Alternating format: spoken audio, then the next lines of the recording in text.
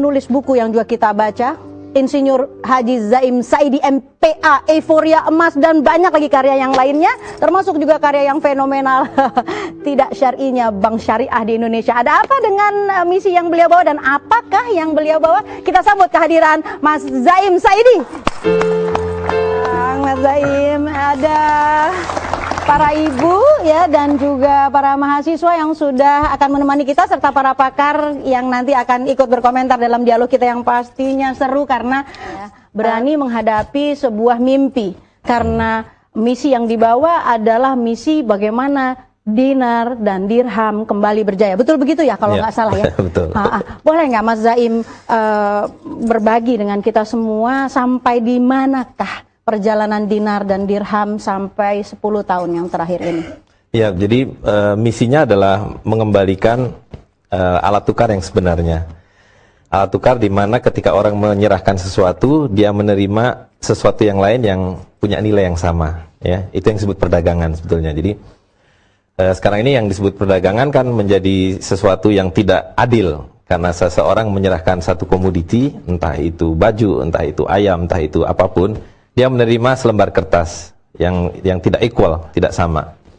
Nah, ini sudah berjalan 10 tahun dan alhamdulillah sekarang ini sudah mulai diterima oleh masyarakat, sudah mulai dimengerti bahwa kita saat ini hidup dalam sistem yang mengelabui. Jadi tadi dilakukan kan, orang mengejar-ngejar uang, tapi tanpa disadari yang dia kejar itu tidak pernah dia dapat. Karena setiap kali dicari, dikumpulkan, begitu mau dibelanjakan, tidak dapat barang yang sama dengan ketika dia dapatkan. Artinya turun terus nilainya begitu.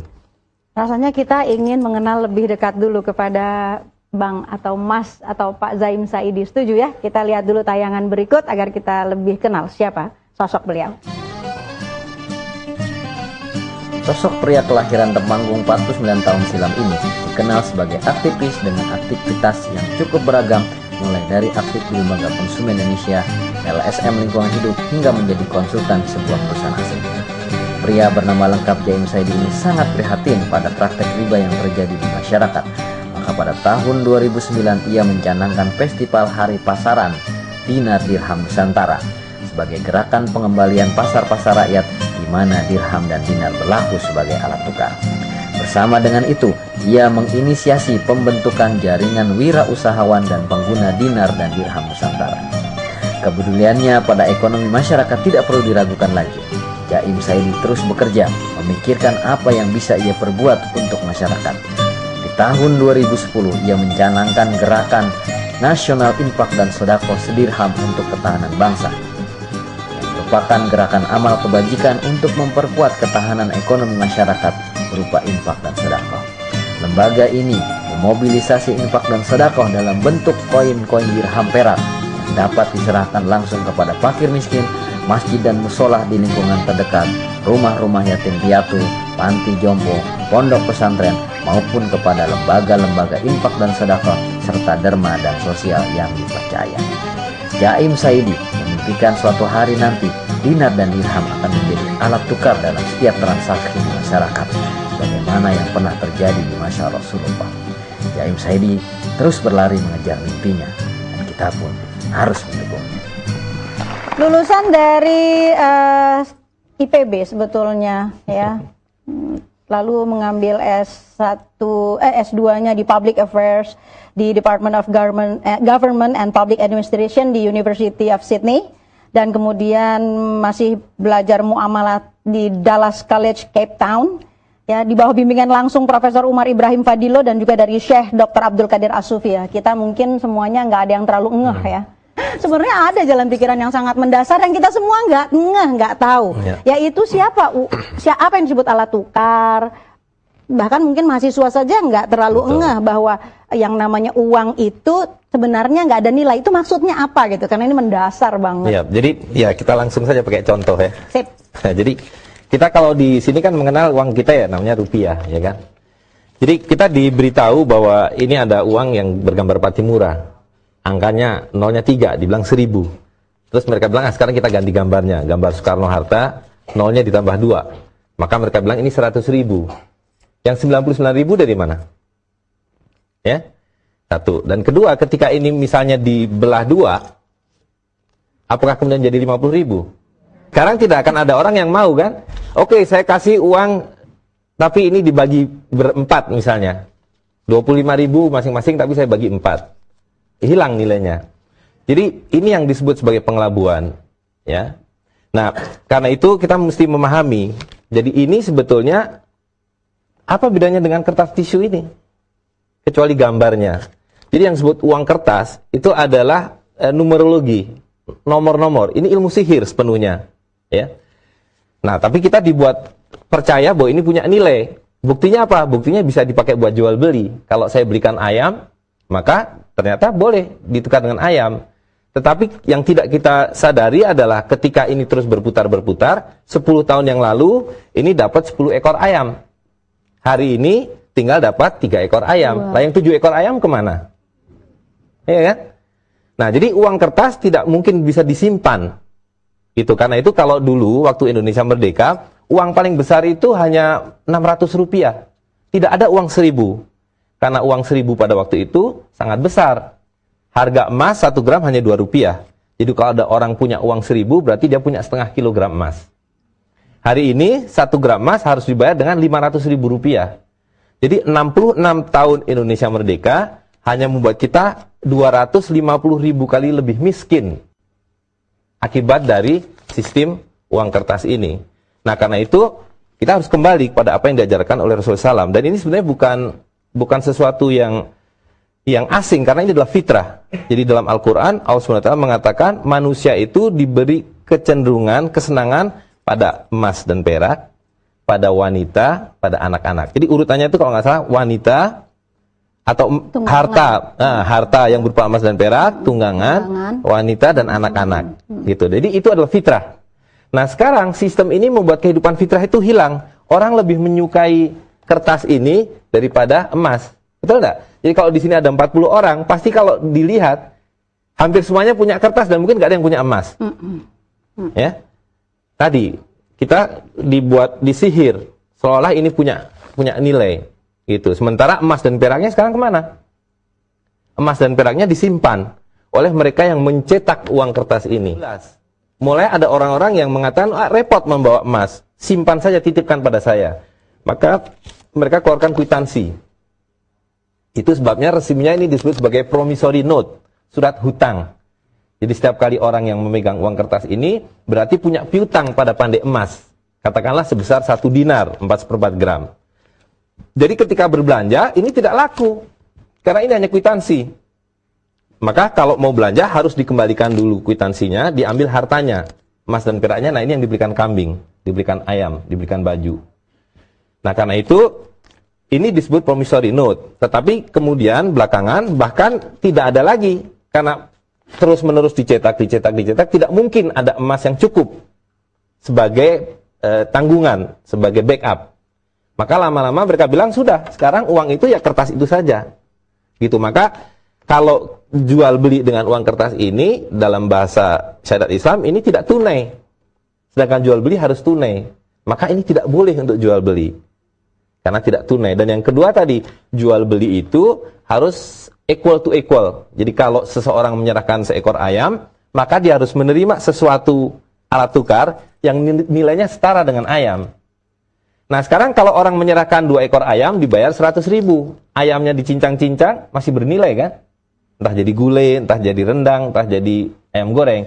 Ini kalau dicincang-cincang nggak ada nilainya. Kemana nilainya? Habis. Jadi nilainya ini palsu. Itulah sihir dari uang kertas. Shock nggak? Shock sedikit ya.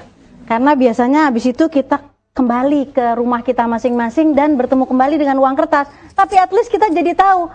Dan yang menggelitik Neno adalah begini. Pertanyaan, tapi ini pertanyaan yang agak nakal ya. Mas Zaim itu nggak takut ditembak, nggak takut dimusnahkan karena melawan arus. Tapi jangan-jangan juga tidak apa-apa. Karena apa? Karena ini dianggap tidak akan sukses karya ini atau upaya ini. Iya, begitu. Tapi begini, sekarang kita melihat ya bahwa ini karena melawan fitrah. ya, sesuatu yang tidak punya nilai dianggap bernilai, maka dia against nature dan pasti tidak akan sustainable. Dan kita lihat sekarang, setiap hari ribuan orang di Amerika, di seluruh daratan Eropa turun ke jalan. Dan mereka sudah tahu dari mana problem mereka. Mereka tidak lagi memprotes presiden, mereka tidak memprotes Perdana Menteri. Mereka datang ke Wall Street. Mereka datang ke apa yang disebut Financial District di London, di Madrid dan seterusnya. Mereka menyatakan bahwa ini deception. Dan sekarang bahkan di Amerika, di negara bagian Utah, mereka sudah melegalisir kembali perak dan emas sebagai mata uang. Jadi inilah fitrah. Jadi dimanapun terjadi krisis seperti sekarang, orang lari kepada emas dan perak. Nah, jadi saya rasa ini soal waktu. Artinya kita tidak melawan siapa-siapa. Kita tidak melawan siapa-siapa, hanya kita melihat bahwa ini sistem sedang akan runtuh. Nah, supaya kita tidak ikut runtuh, ya harus keluar. Harus keluar membangun rumah sendiri. Nah, rumah sendirinya dalam bahasa Islam disebut muamalah. Nah, inilah alat untuk bermuamalah. Istimewanya adalah dari zaman Nabi SAW, artinya 1500 tahun yang lalu, 1 dinar bisa selalu dibelikan 2 ekor kambing. Dan 1 dirham selalu bisa dibelikan 1 ekor ayam. Tidak ada inflasinya. Karena sekali lagi, inflasi itu adalah pengelabuan. Inflasi itu datangnya dari ini, ya kan? Selembar kertas tidak ada nilainya, dikasih uang, dikasih nilai 1000. Langsung jadi 1000. Begitu dikasih 100.000, menjadi 100.000. Kita ketika membangun ekonomi syariah, mau tidak mau juga belajar bagaimana masa depan ekonomi syariah yang dulu pernah diterapkan oleh Rasulullah SAW. Dan inilah PR yang saat ini terjadi. Sehingga yang terjadi, kalau kita meyakini ya ayyuhalladzina amanu khulu fis-silmi kafah, wahai orang beriman masuk Islam secara totalitas gitu. Yang sekarang terjadi kan sebenarnya tambal sulam aja. Islamisasi yang saat ini muncul itu lebih banyak adalah menambal-nambal kira-kira apa yang kurang, tapi sisi pragmatismenya masih ada ya. Terus sisi yang kaitannya jaringan kapitalismenya masih ada. Nah, ketika Pak Zai menawarkan dan beberapa orang juga yang terlibat di dalam penggagas dinar dan dirham, saya sejak awal berpikir memang ini harus didorong, disupport, termasuk juga bagaimana sosialisasi khususnya kepada anak kita gitu, di keluarga kita terutama ini. Nah, ini sebenarnya satu yang ingin saya titipkan pertanyaan adalah bagaimana ini memulai dari keluarga. Karena kan salah satunya juga kita mau tidak mau ketika memberikan uang jajan ke anak, terus bagaimana juga masa kasih uang jajan 1 dinar ya? Nah, itu juga menjadi ya PR gitu ya. 1 dinar atau 1 dirham itu kan bagaimana kita menerapkan itu ke keluarga. Dan ini titipan pertanyaan sebenarnya. Oke, kalau gitu langsung saja ya sebelum kita ke Dr. Arif Munandar. Gimana tuh ngasihnya dirham? Ya, kasih dirham. Terus jadi, dia frustasi dong. Ada satu kawan ya, satu kawan yang kampung halamannya di Banjarnegara. Dia membawa angpau lebaran kan, amplop lebaran itu 1 danik masing-masing. 1 danik ada 1/6 dirham. Jadi hari ini dirham itu kira-kira Rp66.000. Jadi 1 danik itu adalah 11.000. Ideal sekali. Berikan pada anak-anak itu. Nah, kan lalu menjadi masalah. Bagaimana membelanjakannya? Di tetangganya ada warung-warung kecil, ada tukang bakso, diajak bicara, dijelaskan. Mereka mengerti, mereka terima. Nah, jadi semudah itu. Atau ketika ada yang pada sunat, hadiahnya adalah dirham. Jadi ini sekarang sudah menjadi lazim. Dirham dan dinar kembali sebagai mahar, sebagai hadiah, sebagai tadi kado ya. Dan pelan-pelan dia akan beredar, berpindah dari tangan ke tangan untuk jual beli. Selain melalui. Jadi itu kan fungsi uang itu, satu adalah alat tukar. Tapi yang kedua adalah alat bayar. Nah, alat bayar itu tidak perlu sesuatu untuk ditukarkan dengan sesuatu yang lain. Jadi untuk bayar zakat. Itu kewajiban. Dan dalam hal ini, tujuan pokok dari dinar dan dirham adalah mengembalikan pembayaran zakat. Karena zakat mal itu ditetapkan dengan emas dan perak. Ya kan? Nisabnya 20 dinar dan 200 dirham. Zakatnya 2,5%. Setengah dinar dan 5 dirham. Itu harus dibayarkan dengan emas dan perak. Tidak sah hukumnya. Karena bagaimana mungkin ini dipakai untuk membayar zakat? Ini pengelabuan. Nilainya saja palsu. Ya, jadi itu tujuan pokok kita. Berani ya? Nah, berani ya, nggak semua orang berani kayak dia loh. Beneran ya Allah. Alhamdulillah, mudah-mudahan umurnya panjang. Amin. Dirahmati Allah. Gimana Ustaz? Gimana Dok? Dr. Arif Munandar nih lagi peak banget beliau nih akan ke Bali. Dari tadi saya sebenarnya sangat jadi speechless sebenarnya. Menurut saya persoalannya pada dua tataran. Satu, kalau kita bicara dari sisi struktur sosial masyarakat, uang itu kan mestinya membawa keberkahan, mestinya membawa kesejahteraan. Saya membayangkan bagi sebuah mesin, kalau struktur sosial itu adalah mesin, maka uang itu mestinya menjadi pelumas yang sangat baik. Cuma kan kalau mesin yang paling canggih sekalipun, ketika pelumasnya palsu ya Pak Zaimi, kemudian mesinnya rusak kan gitu kan. Ini yang terjadi. Orang dengan berekonomi bukannya menjadi sejahtera dan mendapat barokah, tapi orang menjadi frustrasi. Betul. Nah ini persoalan. Tapi pada sisi yang lain, saya lihat juga akhirnya uang palsu ini juga membuat motivasi yang salah di dalam orang bekerja, orang berusaha dan mencari uang. Sesuai dengan lagu tadi. Karena itu setiap saya memberikan misalnya pelatihan motivasi, saya mengatakan pada teman-teman yang menjadi peserta, mana yang lebih enak? Dikejar uang atau mengejar uang? Kan gitu kan. Ini gara-gara uang palsu itu kan motivasi orang lebih senang mengejar uang. Saya bilang mengejar itu capek. Tapi kalau dikejar itu kan enak gitu kan. Nggak enak dikejar anjing. Dikejar anjing nggak benar, dikejar anjing, dikejar satwa mungkin nggak enak. Nah, kenapa saya katakan harusnya motivasinya adalah dikejar? Karena sebenarnya uang itu kan tidak pernah boleh jadi tujuan gitu loh. Tapi karena dia uang kertas palsu penuh dengan motivasi pengelabuan dan seterusnya, akhirnya dia merusak motivasi dasar kita. Menarik sekali tadi kalau mesin pelumasnya jelek ya. Ya, kalau pelumas jelek, mesin apapun yang paling baik akan rusak. Manusia ini kan mesin ya, mesin yang paling canggih yang Allah ciptakan gitu kan di muka bumi ini untuk mengatur semuanya gitu ya. Tapi karena pelumasnya berantakan, maka struktur sosial kita berantakan. Oke, dalam beberapa menit ini kita coba how to start ya. Seperti Neno, bagaimana sekarang Neno mau mulai untuk apakah Neno akan mengganti hidup Neno? Bagaimana caranya? Ya, mulailah dengan menukarkan uang-uang ini sebelum kehabisan nilai. Karena ini kan terbalik. Jadi ilmu sihir itu terbalik. Orang berpikir 100.000 ini pasti lebih banyak dari 1.000 kan? Ini terbalik Pak, Bunda. Dulu itu yang saya bilang tadi, Rp1.000 dapat setengah kilogram emas. Sekarang Rp100.000 hanya dapat 1/4 gram emas. Dulu 500 gram, sekarang 1/4. Jadi lebih besar mana, 1.000 atau 100.000? Nah, tapi sekarang kita diberi angka 100.000. Seolah the more you have, the wealthier you are. Sebenarnya enggak. Semakin banyak kita mengedarkan uang rupiah, semakin miskinlah kita. Gitu. Dulu dengan Rp2 dapat 1 gram emas, sekarang Rp2 wujudnya saja tidak ada. Gitu. Jadi semakin banyak kita menggelontorkan uang kertas itu, semakin miskin kita. Lain dengan ini. Karena ini kan mudah. 1.000 jadi 100.000 tinggal rubah angka. Kalau dengan emas dan perak, 1 dirham 3 gram perak. Kalau Anda menghendaki 2 dirham, harus ada 6 gram perak. 10 dirham jadi 30 gram perak. Mengedarkan rupiah berarti menambah kemiskinan. Menambah dan mengedarkan dinar dan dirham berarti menambah dan mengedarkan kekayaan. Sangat baik itu dia, luar biasa. Itu hal yang saya kira menjadi kata kunci. Alhamdulillah.